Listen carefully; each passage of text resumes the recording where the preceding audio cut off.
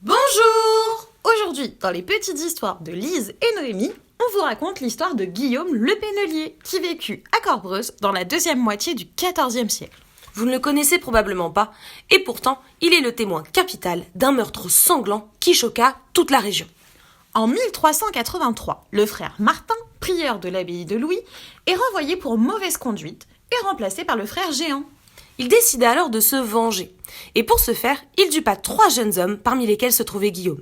Le frère Martin, prétextant un jeu, demanda aux Corbreusois que les portes de l'abbaye lui soient ouvertes. Et afin d'y arriver, Guillaume fit croire qu'un de ses chevaux avait disparu et qu'il le cherchait.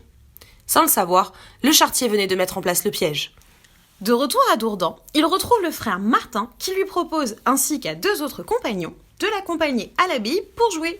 Ceux-ci, n'y voyant aucun mal, suivent le frère sans se douter de rien. Les portes de l'abbaye ayant été laissées ouvertes par le frère Géant, les 4 comparses rentrent sans difficulté dans l'enceinte. Là, ils aperçoivent le frère Géant. Le frère Martin s'écria alors « À mort !» et se jeta sur lui, sortant de sous ses vêtements un couteau qui était jusque-là dissimulé. L'assassin frappa sous l'aisselle gauche le frère prieur si violemment que la mort s'ensuivit directement.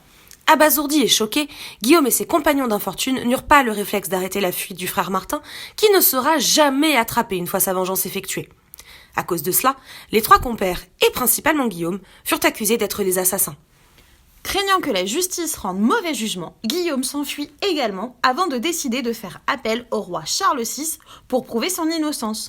En 1385, celui-ci rendit la décision suivante. Compte tenu du fait que Guillaume avait toujours mené une honnête vie, qu'il n'avait jamais eu connaissance du projet du frère Martin, qu'il n'avait porté ni coup ni tué le frère Géant, et qu'à l'époque il était âgé d'à peine 18 ans, le roi lui pardonna, l'innocenta et lui fit restituer tous ses biens.